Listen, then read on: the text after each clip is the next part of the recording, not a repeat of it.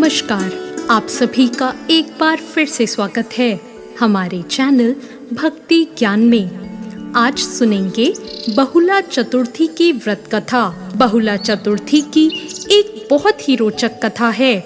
जब भगवान विष्णु का कृष्ण के रूप में अवतार हुआ, तब इनकी लीला में शामिल होने के लिए देवी देवताओं ने गोप गोपियों का रूप धारण किया।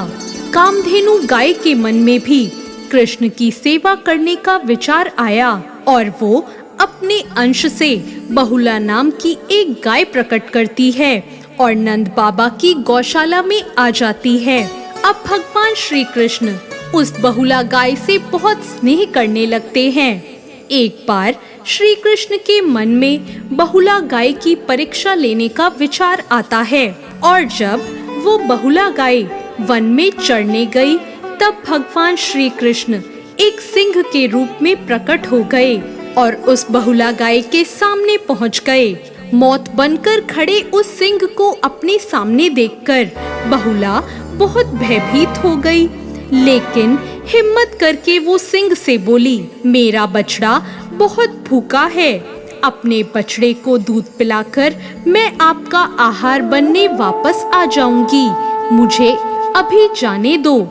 सिंह ने कहा कि सामने आए आहार को मैं कैसे जाने दूं? तुम वापस नहीं आई तो मैं तो भूखा ही रह जाऊंगा। बहुला गाय ने सत्य और धर्म की शपथ लेकर कहा, मैं अवश्य ही वापस आऊंगी, आप मेरी प्रतीक्षा करना। बहुला की शपथ से प्रभावित होकर सिंह बने श्री कृष्ण ने बहुला को जाने दिया। बहुला अपने बछड़े को दूध पिलाकर वन में वापस आ गई और उस शेर के सामने जाकर खड़ी हो गई। बहुला की सत्य निष्ठा देखकर भगवान श्री कृष्ण बहुत ही प्रसन्न हो गए और वो अपने वास्तविक रूप में सामने आकर बहुला से कहने लगे, तुम परीक्षा में सफल हो गई हो और अब से भाद्रपद चतुर्थी के दिन गौ माता के रूप में तुम्हारी पूजा की जाएगी। तुम्हारी पूजा करने वाले को धन और संतान का सुख मिलेगा। तो दोस्तों, ये थी बहुला चतुर्थी की व्रत कथा।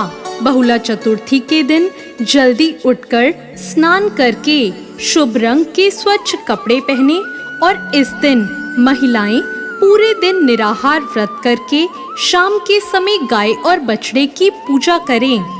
शाम को पूजा में कई तरह के पकवान बनाए जाते हैं, जिन्हें भगवान गणेश और श्री कृष्ण को अर्पित किया जाता है। इसके बाद भोग को गाय और बछड़े को खिला दिया जाता है। पूजा के बाद दाएं हाथ में चावल के दाने लेकर बहुला चौथ की कथा सुननी चाहिए और इसके बाद गाय और बछड़े से सुख शांति की प्रार्थना करनी चाहिए। आपको ये कथा कैसी लगी, कमेंट करके जरूर बताएं और मेरे चैनल भक्ति ज्ञान को सब्सक्राइब करना ना भूलें। धन्यवाद।